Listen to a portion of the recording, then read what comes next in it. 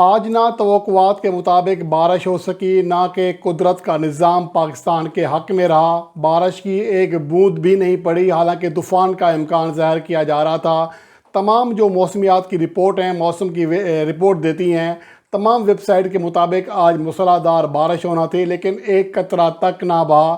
تو یہ ہوتا ہے قدرت کا نظام، کبھی کسی کے حق میں تو کبھی کسی کے۔ آج نیوزی لینڈ نے 5 وکٹوں کے بڑے مارجن سے اور 172 رنز کا ٹارگٹ صرف 23.2 اوور میں چیز کر کے اپنا نیٹ رن ریٹ اتنی زیادہ اوپر کر لیا ہے کہ اب پاکستان کے لیے کوئی چانس ہی باقی نہیں بچا کہ وہ انگلینڈ کو شکست دے کر سیمی فائنل کے لیے کوالیفائی کر سکے۔ گو کہ ابھی بھی کوالیفیکیشن کے لیے جو آخری ویکنسی ہے اس پر کوالیفائی کا نام نہیں لگا نیوزی لینڈ کے سامنے، لیکن یہ صرف محض رسمی طور پر نام لگنا ہے۔ اور آج جو کامیابی حاصل کی ہے نیوزی لینڈ نے، اس کے بعد اب وہ سیمی فائنل کھیلنے کا حقدار ہے۔ آج کے اگر میچ کی بات کریں تو 171 رنز بنا سکی سری لنکن ٹیم، جو کہ بری کارکردگی دکھاتے دکھاتے آخر میں بھی ناکام رہی۔ اب تک وہ صرف ماں سوائے انگلینڈ کے یا پھر نیدرلینڈ کی کامیابی کو بڑی کامیابی نہیں کہا جائے گا، وہ اوورآل ناکام رہی ہے۔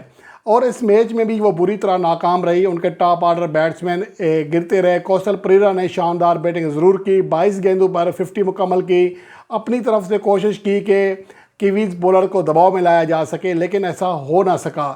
لیکن اب اس کے بعد جو صورتحال تھی، بعد میں گو کہ 5 وکٹیں حاصل کرنے میں کامیاب رہے، لیکن 172 رنز کیویز کے لیے بڑا امتحان ثابت نہ ہو سکے، جنہوں نے بآسانی 23.2 اوور میں یہ ٹارگٹ چیز کر کے اپنا جو نیٹ رن ریٹ ہے وہ لگ بھگ پہلے سے دوگنا کر لیا ہے۔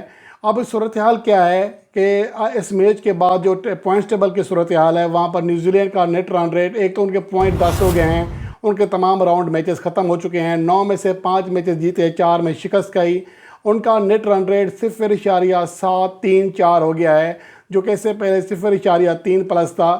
تو لگ بھگ دوگنے سے جو پہلے تھا اسے دوگنا ہو گیا ہے۔ اور اب پاکستان کے لیے جو انگلینڈ کو پہلے ہرانا تھا 130 پلس رنز کے مارجن سے، اب وہ 288 ہو چکا ہے۔ جی ہاں، 288 رن، جو کہ پاکستان ٹیم بامشکل کسی ایک میچ میں بنا سکتی ہے، لیکن پاکستان کو اتنے رنز کے مارجن سے ہرانا ہے۔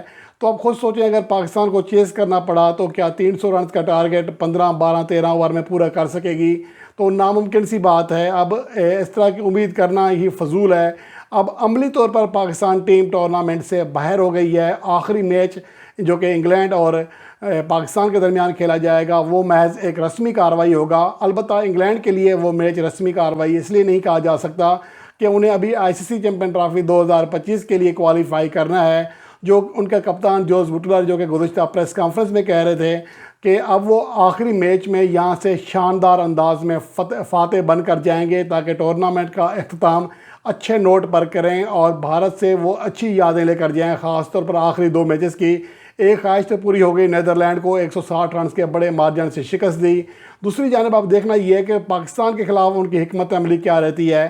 پاکستان ٹیم جس سے ہم صرف یہ امید کر سکتے ہیں کہ وہ 288 رنز تو بنا سکتی ہے، لیکن 288 رنز کے مارجن سے شکست نہیں دے سکتی، تو یہ بہت بڑا فرق ہے۔ اب پوائنٹس ٹیبل کی صورتحال اب اس میچ کے بعد جو ہے آپ کو شیئر کر دیتا ہوں۔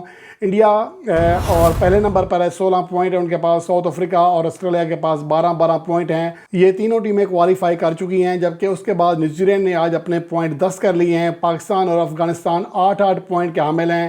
پاکستان 5ویں اور افغانستان 6 نمبر پر ہے۔ کل افغانستان کا ساؤتھ افریقہ کے ساتھ میچ ہے، انہیں یقیناً 300 سے بھی زیادہ رنز کے مارجن سے کامیابی حاصل کرنا ہوگی، تبھی وہ نیوزی لینڈ سے اپنا نیٹ رن ریٹ اوپر لے جا سکیں گے، جو کہ ظاہر سی بات ہے، ناممکن سی بات ہے۔ اس کے علاوہ انگلینڈ 7ویں نمبر پر ہے، بنگلہ دیش 8ویں، سری لنکا 9ویں اور نیدرلینڈ کی ٹیم 10ویں نمبر پر ہے۔ اب جو لگتا ہے کہ چیمپئن ٹرافی سے سری لنکا اور نیدرلینڈ کی ٹیمیں باہر ہوتی ہوئی دکھائی دیتی ہیں، لیکن دیکھنا یہ ہے کہ آخری میچ جو کہ بنگلہ دیش کا آسٹریلوی ٹیم کے ساتھ ہے، اس میں کتنا بڑا فرق سے وہ ہارتے ہیں، کیونکہ ہارنا تو لگ بھگ یقینی دکھائی دے رہا ہے۔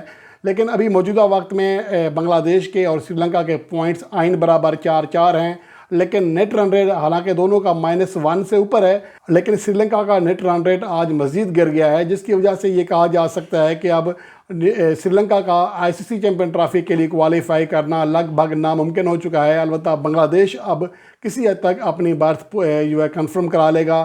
تو یہ سیناریو ہے. اب پاکستان اور انگلینڈ کے درمیان جو 11 نومبر کو میچ کھیلا جانا ہے وہ پاکستان کے لیے محض رسمی کارروائی، جبکہ انگلینڈ کے لیے آئی سی سی چیمپئن ٹرافی 2025 میں شمولیت کی اپنی جو شمولیت کا اب تو یقینی ہے لگ بھگ، اس کے اوپر مزید مہر ثبت کرنی ہے، کیونکہ ان کے پاس بھی 4 پوائنٹ ہیں اور ان کا بھی نیٹ رن ریٹ ابھی مائنس میں ہی ہے، لیکن بنگلہ دیش اور سری لنکا سے خاصا بہتر ہے. تو ان کے لیے یہ میچ جیتنا کسی حد تک لازمی بھی ہوگا، کیونکہ اگر نیٹ رن ریٹ ان کا بھی گر گیا تو ان کے لیے مسئلہ بن سکتا ہے، چیمپئن ٹرافی سے باہر ہو سکتے ہیں. اور دوسری جانب اگر انگلینڈ کی ٹیم ہار جاتی ہے اور بنگلہ دیش کی ٹیم شکست دے دیتی ہے آسٹریلوی ٹیم کو، تب بھی میرے خیال میں انگلینڈ کے لیے زیادہ خطرہ نہیں ہوگا، کیونکہ سری لنکا کا نیٹ رن ریٹ جو آج گرا ہے یہ اب ان کے لیے شاید ممکن ہی نہیں ہے کہ ایک بار پھر وہ ٹاپ 8 ٹیموں میں آئیں، جو کہ اپنا آخری میچ بھی کھیل چکی ہیں اور 9 میں سے صرف 2 فتوحات ملی، 7 میچوں میں انہیں شکست کا سامنا کرنا پڑا. یہ ٹورنامنٹ نہ صرف سری لنکا بلکہ دفاعی چیمپئن انگلینڈ کے لیے بھی انتہائی زیادہ مایوس کن رہا. اب صورتحال یہ ہے کہ پاکستان کے کیمپ سے جو خبریں آ رہی ہیں اس کے مطابق شاداب خان فٹ ہو چکے ہیں، پریکٹس کر رہے ہیں، حارث روف بھی فٹ ہیں، لیکن اب پوری ٹیم بھی میدان اتار لیں، چینج بھی کر لیں تو اب پاکستان سے زیادہ توقعات میرے خیال میں اب کسی کو نہیں ہوں گی، کیونکہ اتنے بڑے مارجن سے کامیابی حاصل کرنا پاکستان کے لیے ناممکن سی بات دکھائی دیتی ہے. اور دوسری بات یہ ہے کہ آج اگر نیوزی لینڈ کی ٹیم 10 رنز کے 5 رنز کے مارجن سے جیتی تو پھر بھی کہا جا سکتا تھا کہ 130 135 یا 140 رنز کے مارجن سے اگر پاکستان ٹیم کامیابی حاصل کر لے تو شاید پاکستان کا چانس بن جاتا، لیکن 288 رنز یہ بہت بڑا سکور ہے جو کہ عموماً ٹیمیں بناتی ہیں، بلکہ پاکستان ٹیم کے لیے 270 280 رنز کرنا بھی بڑا ایک ٹاسک ہوتا ہے. خاص طور پر آپ دیکھ لیں ساؤتھ افریقہ کے خلاف، نیدرلینڈ کے خلاف پاکستان نے اتنے بڑے سکور نہیں کیے، تو یا پھر افغانستان کے خلاف. تو پاکستان کے لیے جو صورتحال بنتی ہے وہ اتنا سکور کرنا ہی ایک بڑا امتحان ہوتا ہے، لیکن ہم یہ اب کیسے امید کر سکتے ہیں کہ پاکستان ٹیم نہ صرف بڑا سکور کرے گی، اس کے لیے تو پھر پاکستان کو ہسٹری چینج کرنی پڑے گی، 500 پلس رنز کرنا پڑیں گے، پھر جا کر ہم سوچ سکتے ہیں کہ انگلینڈ کو 288 رنز کے مارجن سے شکست دی جا سکے گی. تو اب عملی طور پر پاکستان ٹیم ورلڈ کپ 2023 سے باہر ہے. یہ ایک بیڈ نیوز ہے پاکستان کے شائقین کے لیے. اب دیکھنا یہ ہے کہ اس کے حوالے سے اب ٹیم مینجمنٹ کیا فیصلے کرتی ہے، کپتان بابر اعظم کی کپتانی رہ پاتی ہے یا نہیں، اور باقی کن کن کھلاڑیوں کی چھٹی ہوتی ہے.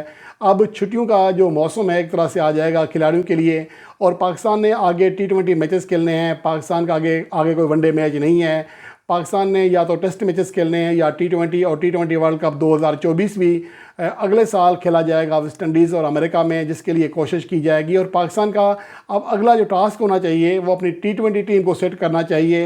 اور ون ڈے کے لحاظ سے میرے خیال میں اب پاکستان ٹیم میں جو چینجنگز ہیں وہ کافی زیادہ درکار ہیں، اور جو بابر اعظم نے اپنے دور میں سابقہ دور کہہ لیں، ہو سکتا ہے کہ ان کو کپتان برقرار بھی رکھا جائے، تو ان کے سابقہ دور میں جو غلطیاں ہوئی ہیں وہ بہت زیادہ ہوئی ہیں. خاص طور پر انہوں نے کھلاڑی کا جو بیک اپ ہے وہ تیار نہیں کیا، ایک ہی ٹیم کو کھلاتے رہے. پہلے خوشدل شاہ، آصف علی، حیدر علی ناکام سے ناکام ہو رہے تھے، لیکن کھلائے جا رہے تھے. جب تک ان کا پوری طرح اعتماد ختم نہیں ہوا تب تک ان کو رکھا.